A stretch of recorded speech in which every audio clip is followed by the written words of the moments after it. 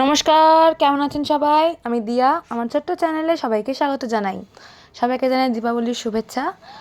তা বলো, কারা কারা বাজি ফাটানো শুরু করে দিয়েছো? আমরা তো অলরেডি শুরু করে দিয়েছি। তো যাই হোক, কেমন কাটছে সবার দীপাবলি অবশ্যই কমেন্টে জানতে চাইছি, জানিও কিন্তু। আর এখানে দেখো আমাদের দীপাবলি তো কাটাচ্ছি, বলে দিলাম যে বাজি ফাটানো শুরু করে দিয়েছি। বাজি তো ফাটানো হচ্ছে, কিন্তু সবথেকে বড় কথা হচ্ছে আমার মেয়ে খুব অসুস্থ। তার মাঝেও তাকে ঘুম পাড়িয়ে রেখে এসে একটু জাস্ট টুক করে রেডি হয়ে বাজি ফাটানো শুরু করেছি।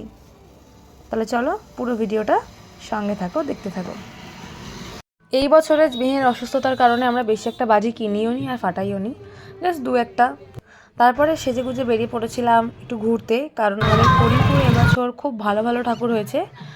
প্রত্যেকবারই হয়, কিন্তু এবছর যে দেখছি মানে যেখানে হতো না এখন সেখানেও পুজো শুরু হয়ে গেছে। আর এবছরকার থিমগুলোও খুব ভালো লেগেছে, একবার জাস্ট দেখো। তোমাদেরকে বলে রাখি যে কোথায় কোথায় কী পুজো হয়েছে সেটা আমি এই ভিডিওতে বলতে পারছি না, যেহেতু এটা আমার শ্বশুরবাড়ির এলাকা। আমি সব রাস্তার নাম ঠিক জানি না, আমার ননদ ভালো বলতে পারবে। কিন্তু ঠাকুরের প্যান্ডেলগুলো খুব সুন্দর হয়েছে।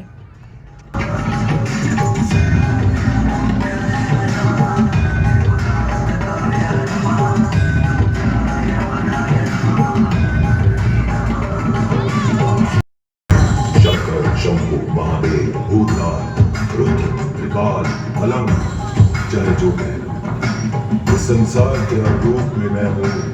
तुझ में भी मैं, तुझ में भी मैं, पाप में भी मैं, पुण्य में भी मैं, कर्म भी मैं, फल भी मैं, मुश्किल भी मैं, हल भी मैं, तेरे जीवन के। আমার এই মহাদেবের থিমটা খুব ভালো লেগেছে।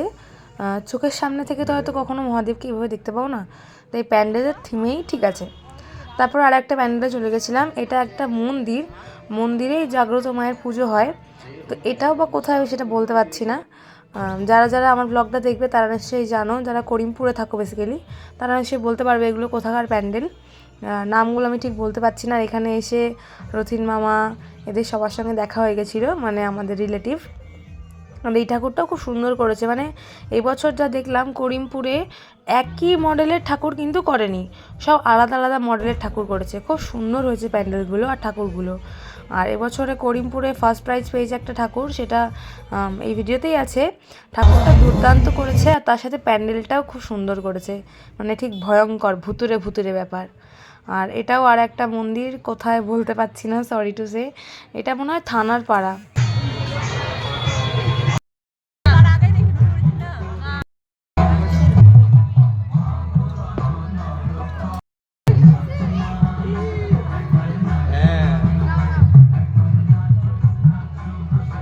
তো যেটা বলছিলাম যে ভুতুরে ভুতুরে প্যান্ডেল, সেটা হচ্ছে মানুষ দেখে রাস্তার উপর থেকে বুঝতে পারবে না অনেকটা ভেতরে, কিন্তু মাইকে অ্যানাউন্স করছে যে ভেতরে জ্যান্ত ভূতের একটা থিম করেছে। আর এই হচ্ছে সেই থিম, জাস্ট দেখো।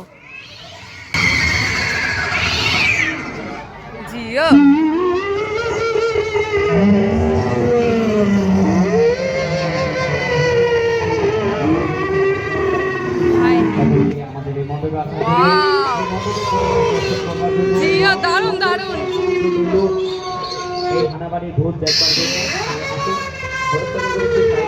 সেই লাগছে,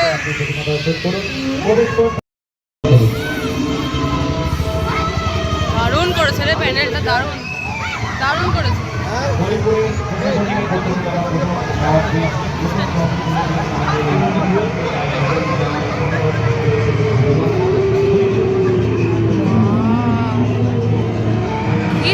তাহলে বলো তোমাদের এই প্যান্ডেলটা কেমন লাগলো। তারপরে চলে গেছিলাম করিমপুর হসপিটালের সামনে, এখানে এই মন্দিরে বিশাল পুজো হয় জাগ্রত। তো তারপরে আমরা এখানে দাঁড়িয়ে দাঁড়িয়ে একটা জিনিস দেখছিলাম, সেটা হচ্ছে